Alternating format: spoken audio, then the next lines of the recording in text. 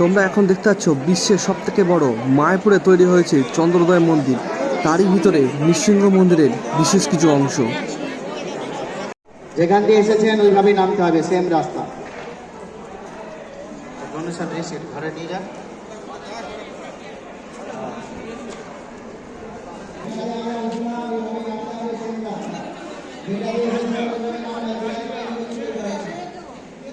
তোমরা এখন দেখতে পাচ্ছ চন্দ্রোদয় মন্দিরের যে উপরের সিলিংটা রয়েছে সেই সিলিংটা কেমন।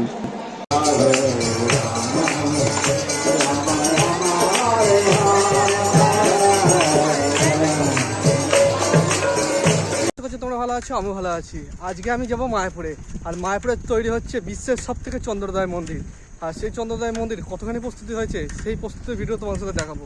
চলো আজকে ভিডিওটা শুরু করার আগে যারা আমি ফার্স্ট টাইম দেখছো, আমি Abhijit, welcome to my channel, welcome to my অন্তর ব্লগ। চলো আজকের ভিডিওটা শুরু করা যাক।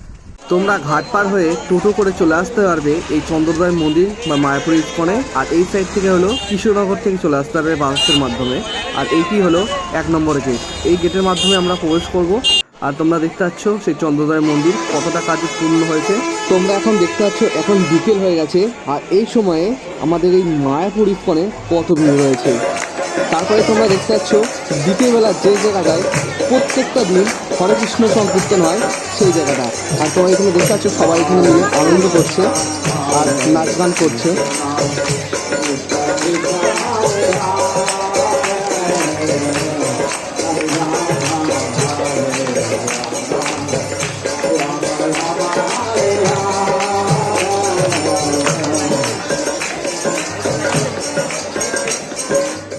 প্রত্যেকটা দিন বিকেল 4টের পর থেকে জনগণের জন্য খুলে দেওয়া হয় এই চন্দ্রোদয় মন্দির। এখানে একটা আবার নিয়ম রয়েছে, সেই নিয়মটি হলো যারা ভক্তগণ তাদের জন্য কোনো টিকিট নেই, আর যারা বাইরে থেকে লোক এসছে তাদের জন্য 50 টাকা করে টিকিট রয়েছে। তোমরা দেখতে পাচ্ছ এইটাই হলো সেই টিকিট কাউন্টার। আর এখানে আমরা সবাই দাঁড়িয়ে পড়েছি, আর এই প্রভু এসে আমাদের সবাইকে টিকিট দিচ্ছে। আর টিকিট মূল্য ছিল 50 টাকা। প্রভু লাইন এইটা বারবার বলছে, প্রভু লাইন এইটা। তোমরা দেখতে পাচ্ছ আমার হাতে রয়েছে টিকিট শ্রী মায়াপুর চন্দ্রোদয় মন্দির। আর আমরা সেই মন্দিরের ভিতরে এবার প্রবেশ করব। কত লাইন দেখতে পাচ্ছ। আর এইটা হলো সেই গেট, পিছনের গেট দিয়ে ঢোকানো হবে। তারপর ভিতরে আমরা যে দৃশ্য রয়েছে সেই দৃশ্য আমরা দেখতে পারবো। এবার সেই গেট খুলে দেওয়া হলো, আর গেট খুলে দেওয়ার পর তোমরা হুড়োমুড়িটা তো দেখতেই পারবে।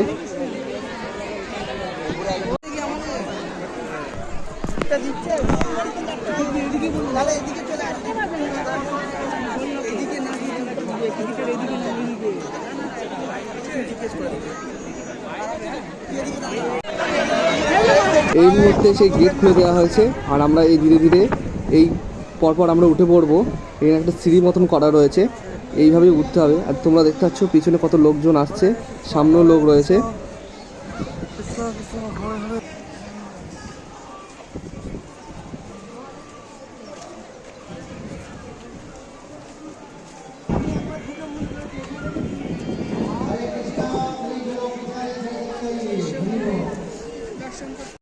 শ্রবণ করবেন, এই মন্দির দর্শন করার কিছু নিয়ম আছে, সাবধানের সাথে সেই নিয়মগুলো একটু পালন করবেন। দয়া করে যারা খালি পায়ে আসছেন অবশ্যই একটু নিচের দিকে দেখে হাঁটবেন। আর কেউ এদিক ওদিক যাবেন না, এবং এদিক ওদিক কেউ যাবেন না। অনেক উপরে কাজ চলছে, 350 ফুট উপরে, যে কোনো মুহূর্তে দুর্ঘটনা ঘটতে পারে। তাই আপনাদের কাছে বিনীত অনুরোধ, দয়া করে কেউ এদিক ওদিক যাবেন না। ছবি তুলতে পারেন, ভিডিও করতে পারেন, কোনো অসুবিধা নেই, কিন্তু নিয়ম মেনে। আমি যেই রাস্তা দিয়ে যাবো সেভাবেই আপনারা আসবেন। আবার মন্দির দর্শন হয়ে গেলে আমরা এই রাস্তা দিয়ে নিচে নেমে যাব, যেটা দিয়ে এলাম ওইভাবে নামতে হবে, বুঝতে পারছেন? দয়া করে কেউ এদিক ওদিক যাবেন না, উপরে।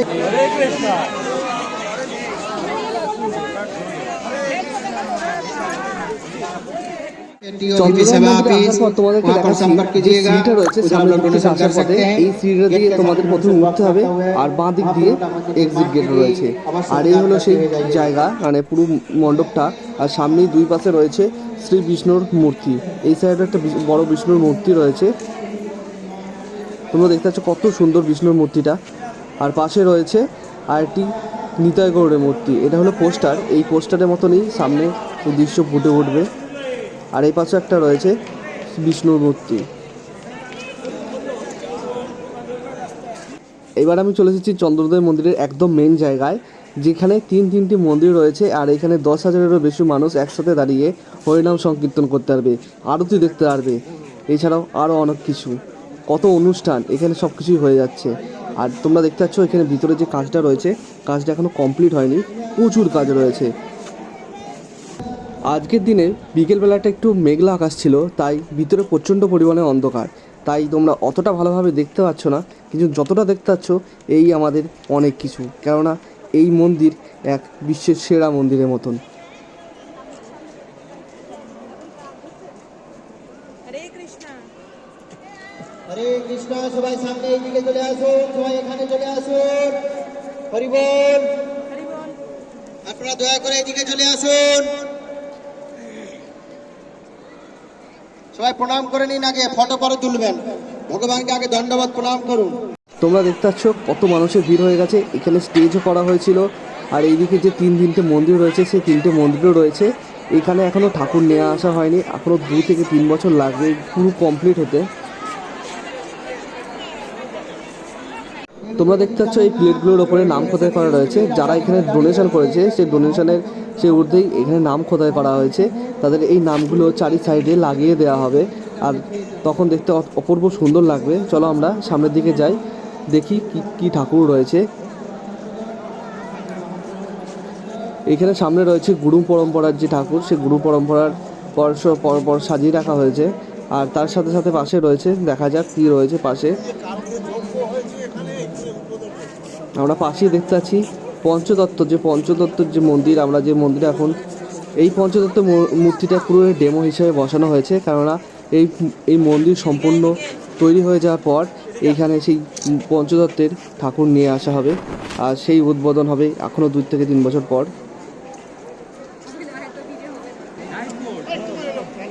তারপরে তোমরা দেখতে পাচ্ছ অষ্টসখী এবং রাধাকৃষ্ণ। এটাও খুব সুন্দর লাগছে, কেননা আলো জ্বালানো থাকলে আরও সুন্দর লাগতো। এখন অন্ধকার, তাই অন্ধকারে খুবই সুন্দর লাগছে। যাই হোক,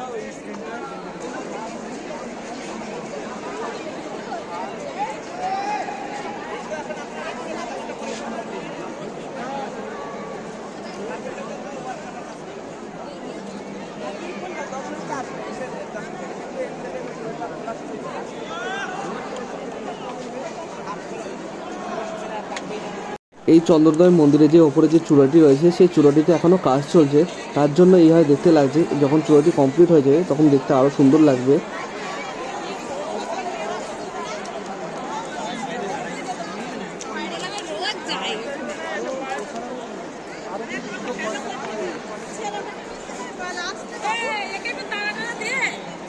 ছেলেটাকে তো মানুষের ধরে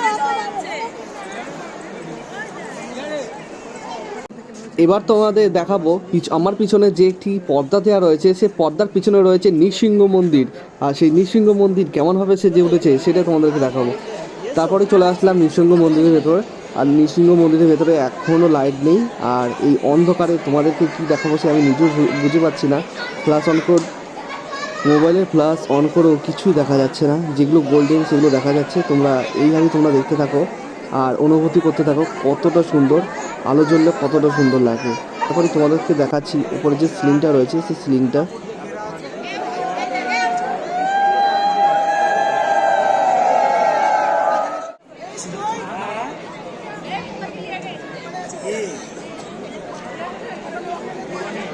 বন্ধুরা, তোমরা এখন দেখতে পাচ্ছ নৃসিংহ মন্দিরের যে কাজ রয়েছে, সেই কাজটা এখানে রয়েছে সবুজ রঙের পাথর, তার সাথে রয়েছে কালো পাথর আর গোল্ডেন পাথর। এই পাথরটা দেখতে কত সুন্দর।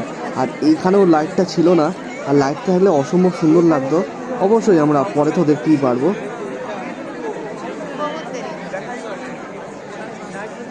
তোমাদেরকে আরেকটা কথা শেয়ার করি। তোমরা দেখতে পাচ্ছ এই যে সিংহাসনটি রয়েছে, সেই সিংহাসনের কাছে রয়েছে পিতলের তৈরি, পিতলের মানে পাথরের সাথে পিতল পুরোটা অ্যাডজাস্ট করে তৈরি করা হয়েছে। আর তোমরা দূরে দেখতে পাচ্ছ এটা হলো স্বর্ণের তৈরি একটি সিংহাসন। তারপর মন্দিরের ভিতর থেকে বাইরে চলে এসেছিলাম। আর তোমরা দেখতে পাচ্ছ বাইরের আবহাওয়াটা কতটা খারাপ, কেননা বিকেল এখন 4:30-5টা বাজে, এখন পুরোটাই মেঘলা মেঘলা। তোমরা সেই সঙ্গে দেখতে পাচ্ছ আমার পিছনে কত জিনিসপত্র রয়েছে, সেগুলো মন্দিরের কাজে লাগানো হবে। আর পিছনে যে পিলারগুলো রয়েছে সেই পিলারগুলোতে এখনও টাইলস বসবে বা পাথর বসবে, সেই পাথরগুলো এখনও লাগানো হয়নি। এখনও তো 2 থেকে 3 বছর লেগে যাবে এই কাজটা। আজকের ভিডিওটা আমি এখানে শেষ করছি। ভিডিওটি ভালো লেগে থাকলে অবশ্যই চ্যানেলটি লাইক শেয়ার আর সাবস্ক্রাইব করবে।